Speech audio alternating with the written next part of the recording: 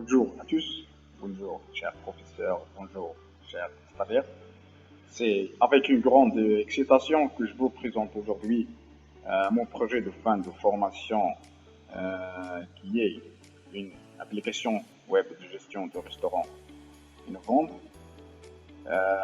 Ce projet est réalisé par Anwar Tizgi, qui est moi, et Shayma Chifeli Ayoub Qadri. Ce sont des stagiaires à l'Institut spécialisé des technologies appliquées à Tenerife, sous l'encadrement de Monsieur Amin Allah. Maintenant, pensez à tous les restaurants incroyables que vous avez visités, où vous avez savouré des plats délicieux et vécu des moments mémorables. Euh, Maintenant, imaginez une solution qui permet à ces restaurants de gérer leur opération d'une manière fluide et efficace. C'est exactement ce que notre application propose. Maintenant, pour avoir une vision claire et globale sur les fonctionnalités de notre application, je vous propose ce diagramme du cas d'utilisation qui décrit les différentes actions qu'un client ou bien un administrateur peut effectuer au sein de notre application. Pour le premier client, il peut effectuer des actions comme il peut par exemple commander un plat, il peut aussi euh, évaluer une delivery, il peut naviguer le menu des plats, il peut suivre sa commande, gérer son compte, voir sa carte. Et pour le deuxième acteur qui est un administrateur de l'application, il peut effectuer des commandes avancées. Par exemple, il peut, pardon, il peut ajouter des plats, éditer des plats, supprimer des plats, ajouter des branches, euh, manager ou bien gérer les banners, euh, gérer les clients. Toutes ces actions nécessitent bien sûr l'authentification les deux acteurs.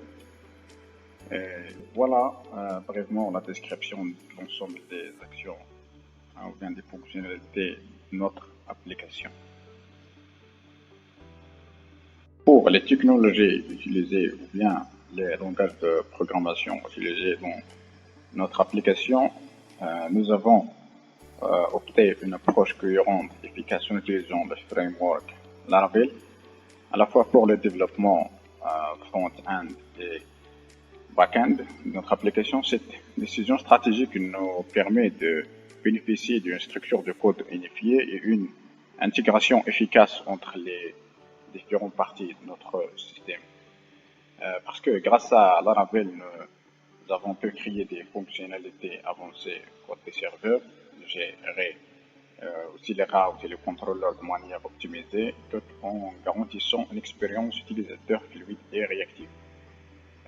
Aussi l'utilisation de Laravel dans les deux aspects de notre application a grandement facilité la maintenance, la mise à jour et l'évolutivité globale de notre application. Ce qui concerne la présentation de l'application via l'interface utilisateur de l'application, on commence par l'interface utilisateur de l'administrateur. Voici la page de login de l'administrateur après l'authentification.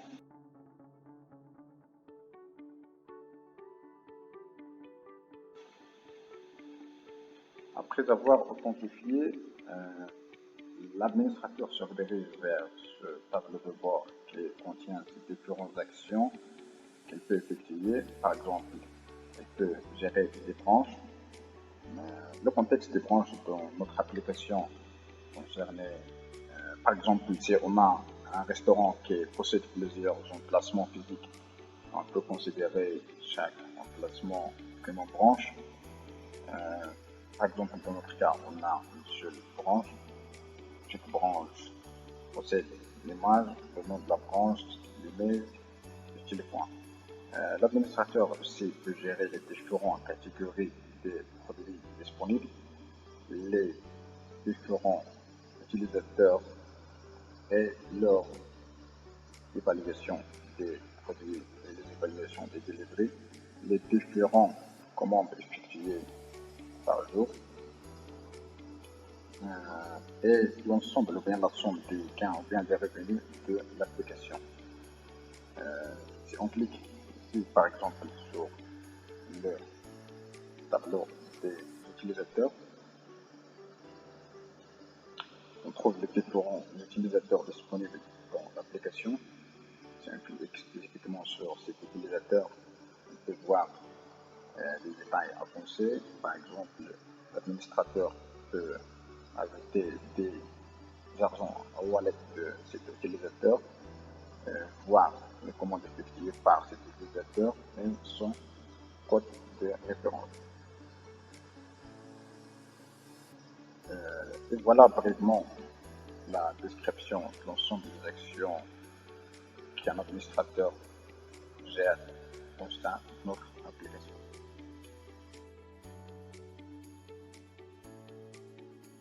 Ce qui concerne l'interface utilisateur d'un client ou bien un utilisateur normal, il est comme celui et il est divisé en trois catégories ou bien trois sections principales. La première section, c'est pour les banners ou bien les annoncements des nouvelles produits ajoutés. La deuxième section est concernée pour les produits, filtrer les produits par leur catégorie. La troisième section, c'est la section de l'évaluation des utilisateurs. Et la quatrième section, c'est la section de contacter nous. Ce qui concerne le processus de commander un plat, comme celui, on clique sur le bouton Our Product et il nous dirige vers cette page qui contient différents produits disponibles dans notre application. Et pour faciliter l'opération de la recherche des produits, on a filtré ici les plats par leur catégorie. Par exemple, si je clique ici sur la catégorie Ice Cream, je obtiens les deux plats concernés la catégorie Ice Cream. On peut aussi utiliser cette barre de recherche.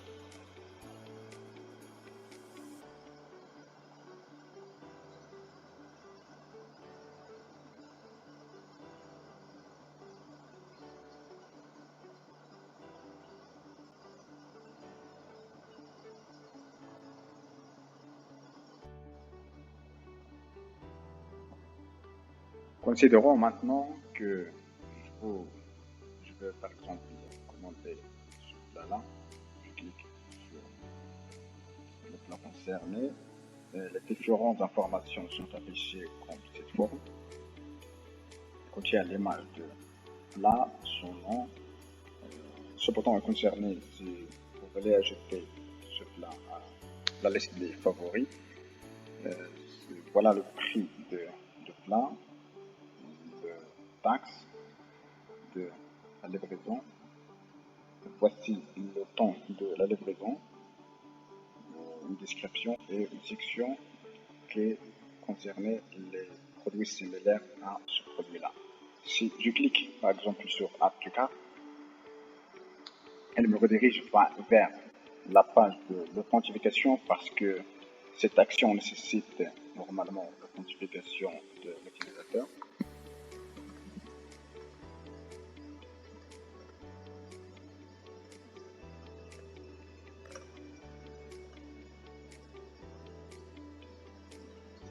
Une fois l'utilisateur est authentifié, des nouvelles actions sont ajoutées, par exemple la section de wallet, la liste des favoris et les ordres effectués.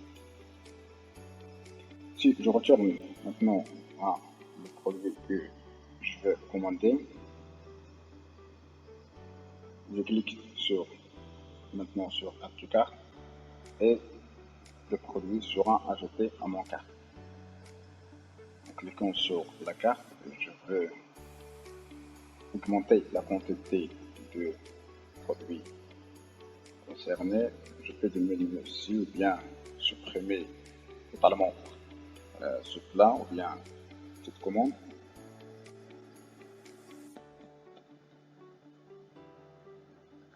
Dans cette section à droite, elle contient des informations additionnelles de ce plat, par exemple le taxe, la charge de la livraison, le prix total de la livraison. On peut choisir aussi le type de la delivery ou bien la livraison. Et on a trois méthodes de paiement. La première c'est vers, ou bien d'après le wallet. On a aussi le deuxième type de paiement qui est Razor Pay Payment et le troisième qui est Street Payment. Si je veux payer par My Wallet par exemple, je suis obligé de sélectionner l'adresse de la delivery et ensuite cliquer sur My Wallet.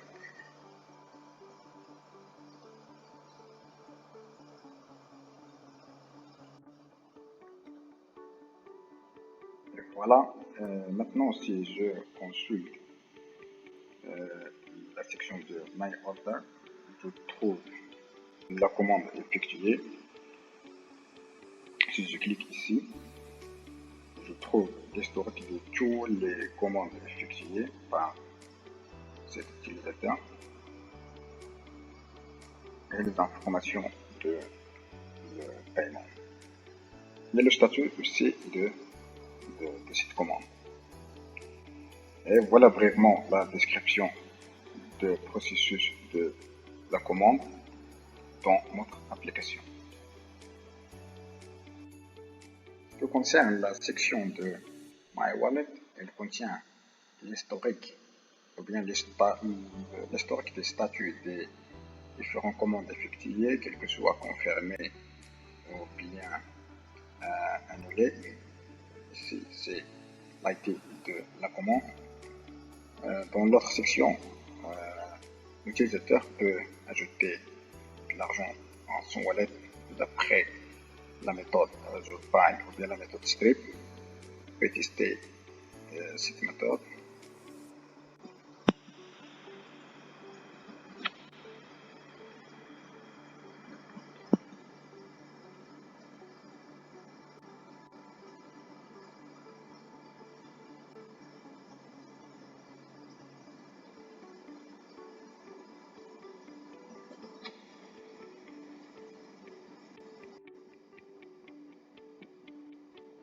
Et voilà le virement à effectuer.